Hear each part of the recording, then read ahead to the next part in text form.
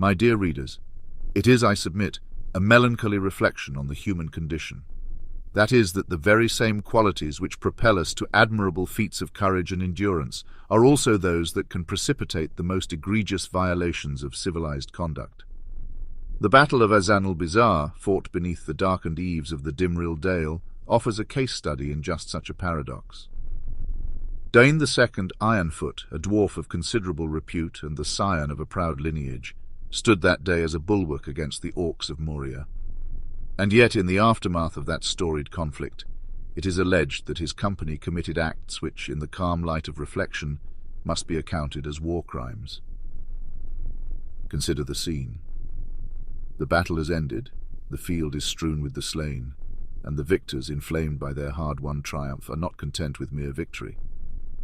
It is said that Dáin's dwarves, with axes still hungry for blood, turned their instruments of war upon the defenceless, upon those who had surrendered or who were too grievously wounded to offer resistance.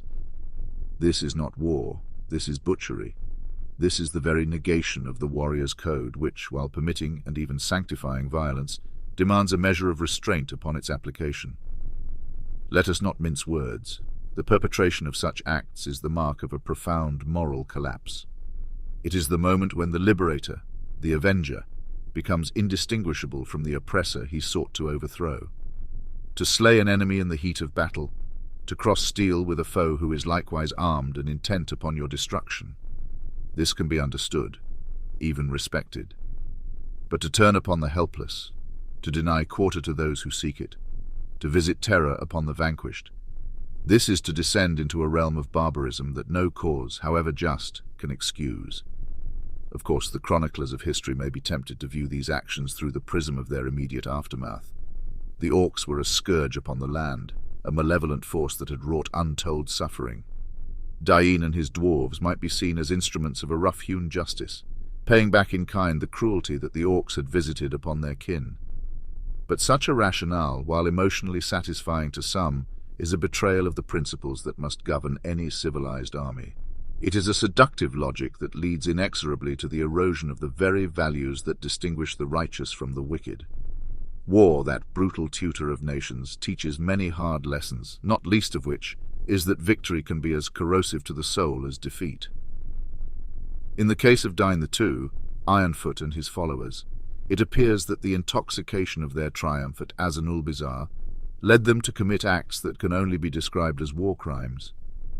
It is a lamentable stain upon their honor, a blemish that no amount of orcish blood can wash away. It is incumbent upon those who value justice and the rule of law to speak out against such transgressions, to insist that even in the midst of conflict there are lines that must not be crossed, sanctities that must be preserved if we are to claim any semblance of civilization. Lest the general charge of war crimes be too abstract a concept, allow me to elucidate in a more tangible manner the nature of the transgressions attributed to Dáin's company. It is said with a chilling consistency in the dwarven annals that the captives, those snivelling goblins who had thrown down their scimitars in abject surrender, were not merely executed in a swift if brutal fashion, which might have had the virtue of expediency. Rather, they were subjected to prolonged torment, flayed with the jagged edges of broken shields, their sinewy limbs wrenched from their sockets, their eyes put out with the deliberate insouciance of a carver disassembling a fowl. It is whispered that some were cast into the burning pits that once forged their crude weapons, there to expire in an agony beyond the ken of most sentient beings. Others still, it is claimed, were bound and left as living trophies, strung up by their entrails from the boughs of the blasted trees that lined the dale, a macabre testament to the folly of challenging Durin's folk. Such was the grisly tableau that awaited any who might later pass through the Dimril Dale, a grim gallery of horrors wrought not by the dark denizens of Moria, but by the very hands of those we might once have called heroes.